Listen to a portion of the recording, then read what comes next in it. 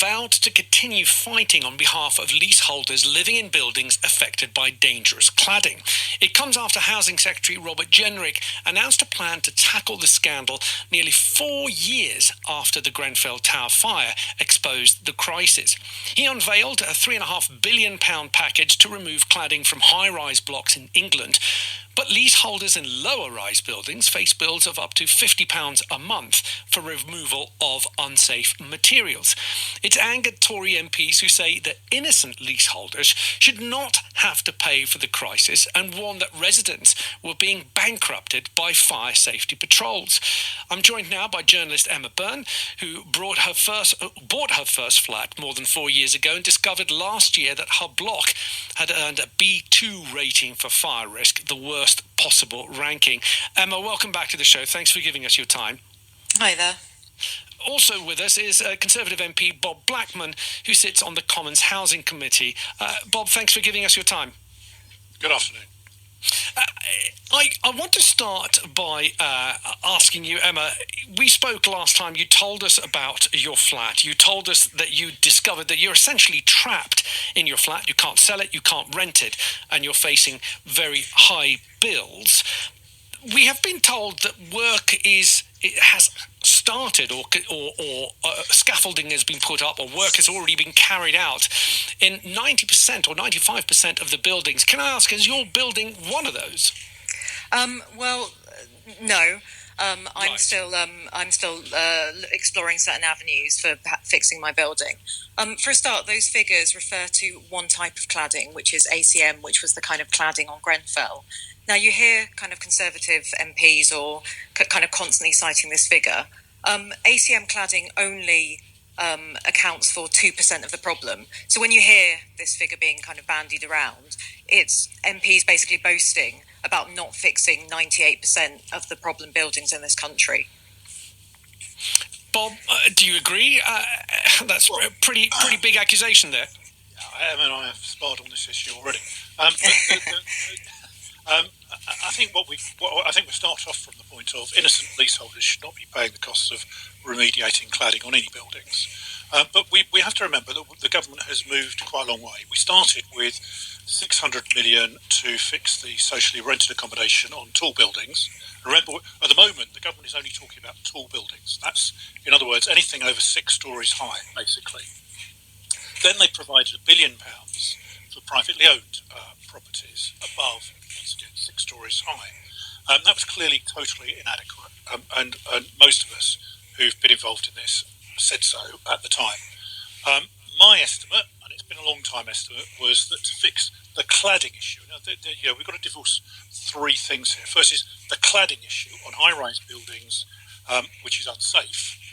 It was always going to cost of the region of £5 billion. It's an estimate, and that's now what the government have come up with. But that only fixes the cladding. It doesn't fix all the other safety defects in these tall buildings, which have emerged during the Grenfell inquiry. Equally, what it doesn't do is deal with the fix on the buildings of 6 stories or below, which have the varying different types of unsafe cladding. And Emma is right. I mean, one of the issues here is that you have different types of cladding. There's the ACM cladding, which has now been substantiated and was substantiated during the Grenfell inquiry as being illegal. But there's also the non-ACM cladding, which is also unsafe. And then there's degrees of different types of cladding that you take on risk. One of the biggest problems here, frankly, is that the testing regime for this cladding has been ridiculous for years. It's not fit for purpose, and I'm really pleased that the government is not just providing the money to remediate these tall buildings, but also revamping the testing regime, the building regulation regime, and making sure it's going to be independent. It's something some of us have been calling for 7 years. So, it's not before time. Bob, have you looked at all into what the southern state of Victoria in Australia have been doing? They set up a task force 3 weeks after the Grenfell fire in 2017 because they realised that they might have buildings that would suffer the same fate as Grenfell. Indeed, they had some local fires as well. And they seem to have gone through what the government is going through now and trying to find solutions of how to fix the buildings. They've come to the conclusion that ultimately the government will have to stump up the money. They agree with you that leaseholders should not be left with the bill.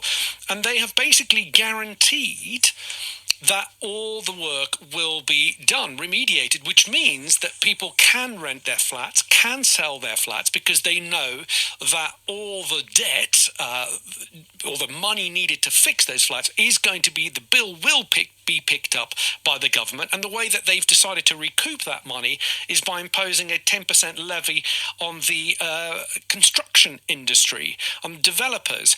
Is this not something that the UK government can learn from? Well, obviously, one of the things is that we are awaiting the details of how the financing of all this package is going to be undertaken.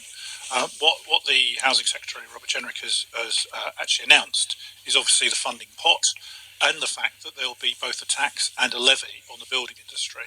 How that's going to be applied is open to question, but we understand that details of this will be announced on the budget on the 3rd of March. Now, the problem we have in this country is one of, before you can assess what's required on a building, you've got to fire risk assess it, basically.